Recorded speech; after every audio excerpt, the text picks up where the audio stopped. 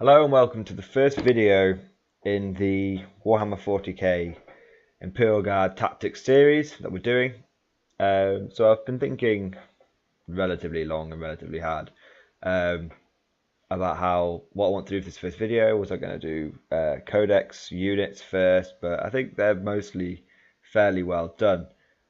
What I think would be the best place to start this series is to talk about where Imperial Guard are at the moment in the current 7th edition meta. In the tournament scene, obviously, local metas differ entirely, but we're talking about the tournament scene, where you'll come across really powerful lists, Death Stars and stuff like that. Not always, but that's generally what you'll come across. And how Imperial Guard can fare in general against these things, and the general basic principles that, as a Guard player, you'll need to get through your head to achieve victory. Okay, because Imperial Guard, I would say, play completely differently to other armies out there. And you might disagree with me here, but hopefully you'll see my way of thinking by the end of the video. So, introduction over. So, the wide consensus at the moment is that the Imperial Guard are fairly bottom tier in terms of codexes,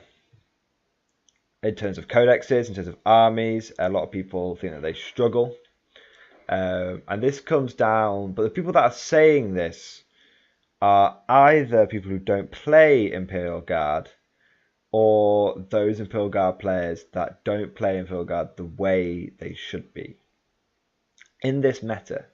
Okay, so what do I mean by saying in this meta, in this rule set?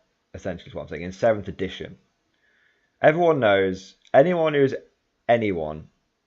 that in 7th edition, vehicles are subpar to monstrous creatures. If you could get monstrous creatures, you take monstrous creatures instead of vehicles. Very quick summary, because behind this is monstrous creatures tend to have 4 or more wounds, generally 4 or 5 wounds, and until they lose that last wound, they operate at peak capacity the entire time. In contrast to a vehicle, most vehicles have 3 hull points. Most heavy tanks have 3 hull points. There's only 1 or 2, like the Land Raider, for example, that has 4 hull points. Most vehicles only have 3 hull points, which is essentially only 3 wounds.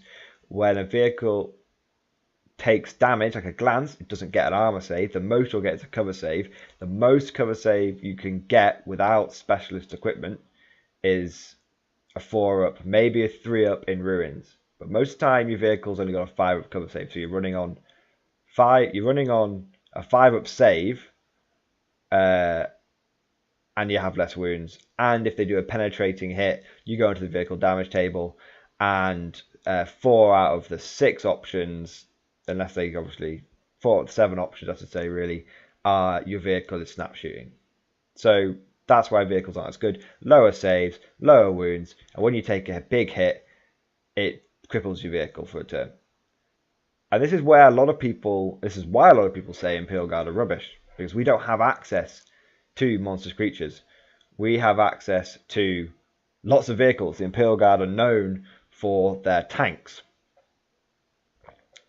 You know, it's the famous quote, "What I cannot crush with words, I will crush with the tanks of the Imperial Guard." Back in 5th edition, the fact that we had access to so many vehicles was a huge advantage.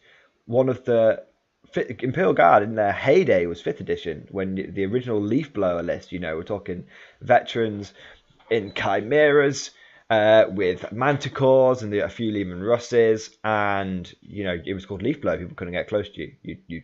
You just destroy them. And I feel like the Imperial Guard in real life, many actual players they haven't adapted from that way of thinking.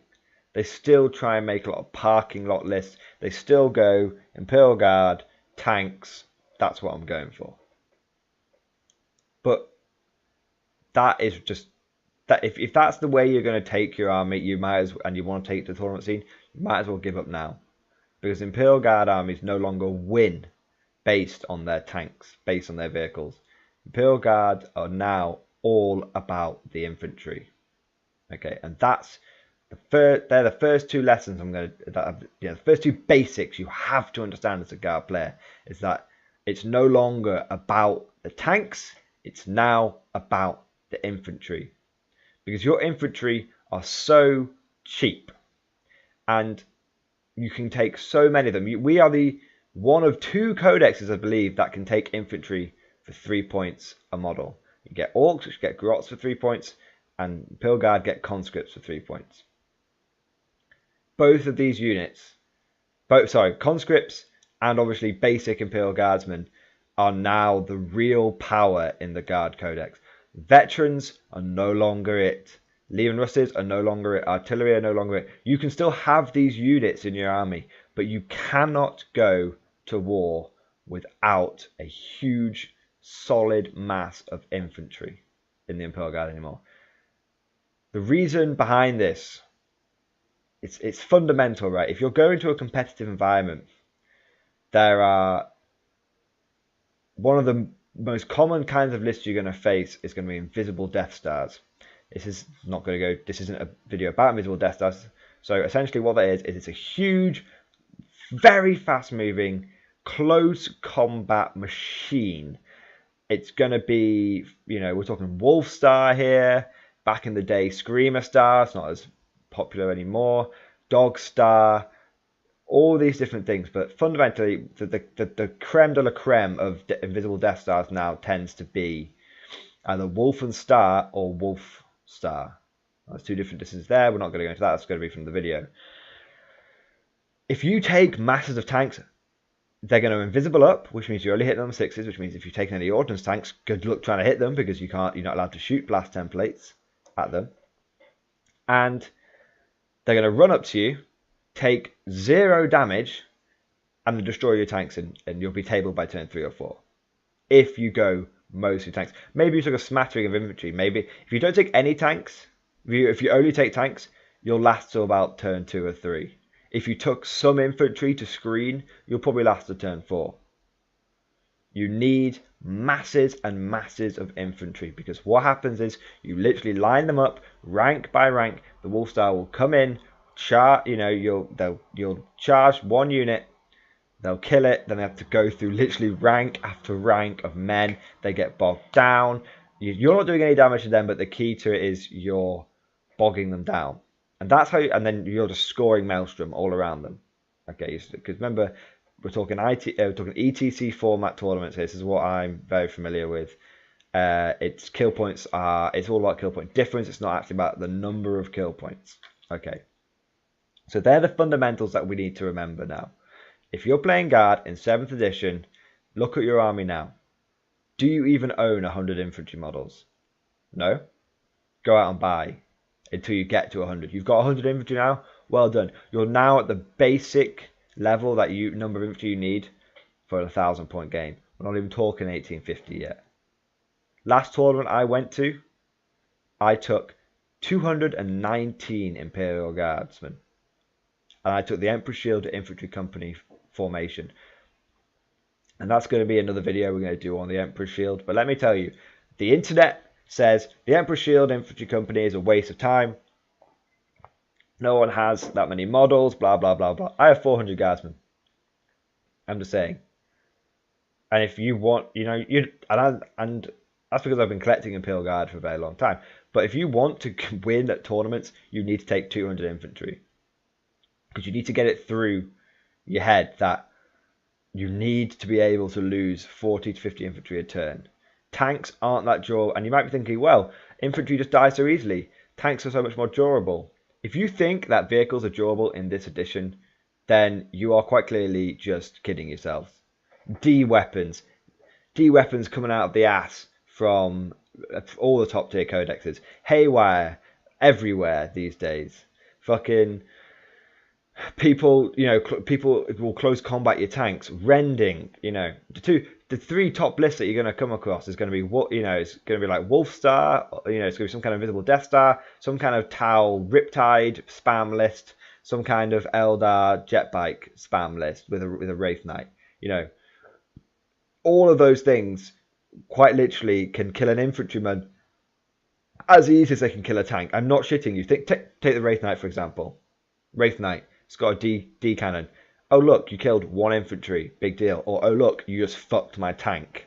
You see what I mean? You can kill a 5-point infantryman or you can kill a 150-point tank. Now, I'm not... So, this is what I'm trying to get through to you. Infantry now, your basic guardsmen and even less so your basic conscripts are now the core of your force. They need to be the core of your force. We'll do more in-depth tactics. This is just the basic fundamentals of guard now, okay? But you need hundreds of guardsmen, at least 100 guardsmen, okay? At least 100 infantry, okay? Veterans are no longer the kings of the castle. People can easily destroy that. If you put your veterans in chimeras, they'll destroy the chimeras easily. Then they'll murder the guardsmen before you even get close. And what you've got to remember is an Imperial Guard veteran is just as easy to kill as a conscript. Yet the veteran costs twice as much as the conscript. Now you might be saying, yeah, but the veteran could do so much more than the conscript. How it works with the Imperial Guard is you have to squeeze every single point. Okay. Every single point. You also need to stick to that fundamental concept of the Guard, which is your Horde army. Okay. If you go and, a Space Marine 1850 point list will not, typically will include 40 infantry. If we're talking, drop pods, maybe some bikes, but typically they're going to have about 40 infantry or 40 models, infantry kind of models on the board. Maybe they're bikes, which aren't really infantry, but you know what I mean, bikes or tactical marines or centurions, whatever. They're going to have about 40 models on the board. If you rock up with 40 Imperial Guard veterans, what you're trying to do is go one-to-one with them, which is never going to work. Your veteran is never going to be able to go one-to-one with another unit. So you save yourself those 3 points and you take those conscripts instead. You're not trying to go one-to-one. Then it's 2-to-1. But if he spent points on transports and things like that, it's going to rapidly become where you're going to outnumber your opponent 5-to-1. And that's my sweet spot right there. I consider, I've never, put it this way, I have never lost using my Imperial Guard infantry army. I have never lost to a Space Marine army. You wouldn't believe that, would you? But Skyhammer, Gladius, all these hardcore formations, I haven't lost to them when I've taken pure infantry. Because it's slightly different with the Gladius, obviously, because they get free transports. But fundamentally, they're going to be going for Razorbacks. If it's a tournament list, it'll be Razorbacks with either heavy bolters, which will, obviously that's a lot of anti-infantry, but generally speaking, it's going to be a few Razorbacks with las cannons and then drop pods. You're only going to face about 40 Marines, roughly, maybe 50, maybe 10 Devastators, 10 Assault Marines, and 30 Tactical Marines, 50 infantry. If that 50 infantry is going up against my 200 to 250 infantry, I'm outnumbering them 4 to 5-to-1, which means that every spaceman has to kill 4 to 5 guardsmen, which just isn't going to happen. It's just not going to happen. Okay, so this is the fundamental, this is what you're going to learn, the basic thing you need to take away from this video, okay? Tanks in the Imperial Guard are no longer the heavy hitters. Veterans in the Imperial Guard are no longer your go-to infantry, okay? It's all about redundancy. It's all about masses and masses of infantry.